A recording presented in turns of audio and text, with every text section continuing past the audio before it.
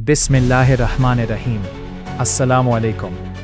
14 अप्रैल की सुबह जब सूरज निकला तो समंदर वैसा ही था, पुरसुकून, खामोश, खूबसूरत। मगर आबनाए हुर्मज़ में इस दिन कुछ बदल चुका था।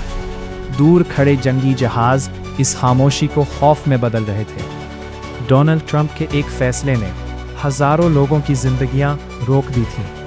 वो मल्लाह जो सिर्फ रोज़ी कमाने निकले थे, अब पानी के बीच कैद हो गए थे। न वापसी का रास्ता, न आगे जाने की उम्मीद। किसी माँ की दुआएं, लाइक करें और सब्सक्राइब का बटन दबाएं, अधूरी रह गई। किसी बच्चे का इंतज़ार लंबा हो गया।